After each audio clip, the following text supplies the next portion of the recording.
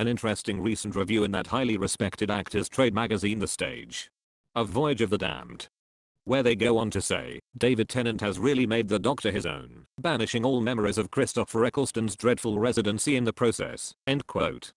I totally agree. I don't think anything is as bad as having a series of Doctor Who without the character of the Doctor anywhere to be seen. And a moronic gormless looking lump of a pub bloke taxi driver substitute instead. I mean, with that leather jacket, jeans, and v-neck t-shirt, just what the fuck were they thinking of? This is Doctor Who, not the Rover's fucking return. I'm surprised we didn't get an episode where Eccleston took Rose to the dog tracks, or down the Bookers. Glad you are finally starting to realize how good new Doctor Who is. No, I was realizing just how crap Eccleston was.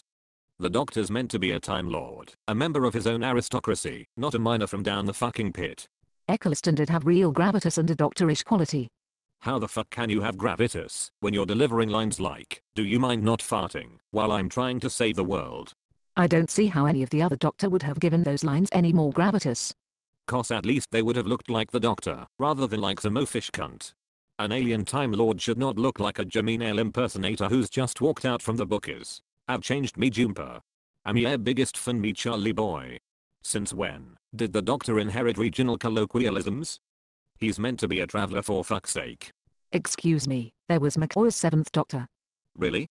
And what regional colloquialisms did the 7th Doctor use then?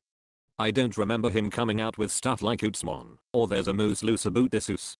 And neither do I recall the 4th and 8th Doctors poncing around saying, alright la, just a job. At least McCoy acted and looked more doctorish than Eccleston. Yeah, the Doctor should always be covered head to toe in question marks, so he looks like the Riddler. Very doctorish.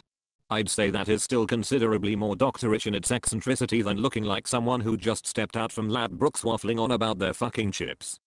He reminded me more of Alfie Moon off EastEnders. Eccleston's era was very popular.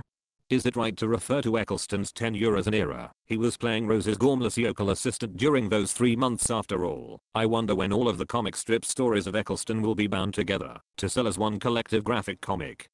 I think the Beano will seem like an encyclopedia by comparison.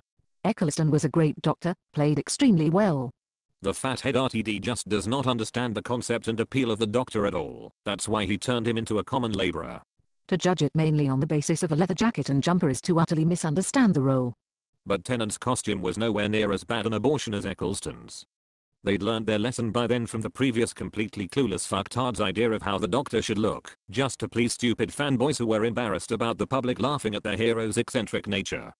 Eccleston's was by far the worst idea of a Doctor Who costume ever. It made Colin Baker's look the best ever by comparison.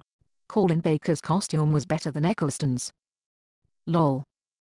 I suppose you think he was a better Doctor too, Rob. Even in his shoddiest of scripts, at least Colin was always in character with that of the Doctor, unlike Eccleston who never was in character for a second. So strangling your companion is in the character of the Doctor. Colin's Doctor had a great amount of remorse and guilt after strangling Perry. At least he never willingly committed genocide like RTD's war criminal rewrite version.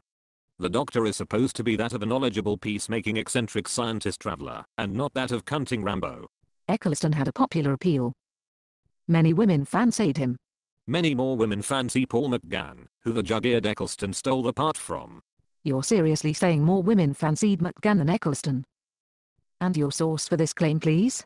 www.thefuckingobvious.com